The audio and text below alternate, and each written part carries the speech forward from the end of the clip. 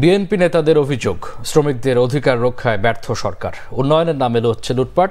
সীমান্ত হত্যার প্রতিবাদ না জানিয়ে আধিপত্যবাদীদের সাথে মিলিয়েছে হাত।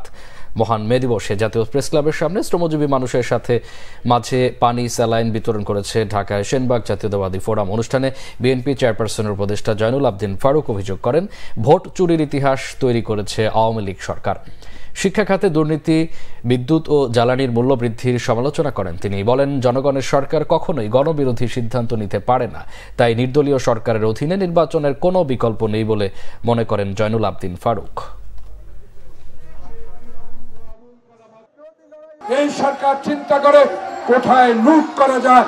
এই সরকার আজকে ফেলানির লাশের বিচার চায় না, আজকে সীমান্তে গুলি করে না নিয়মিত মানুষ মারা হচ্ছে, সেই দিকে সরকারের কোনো খেয়াল থাকে না।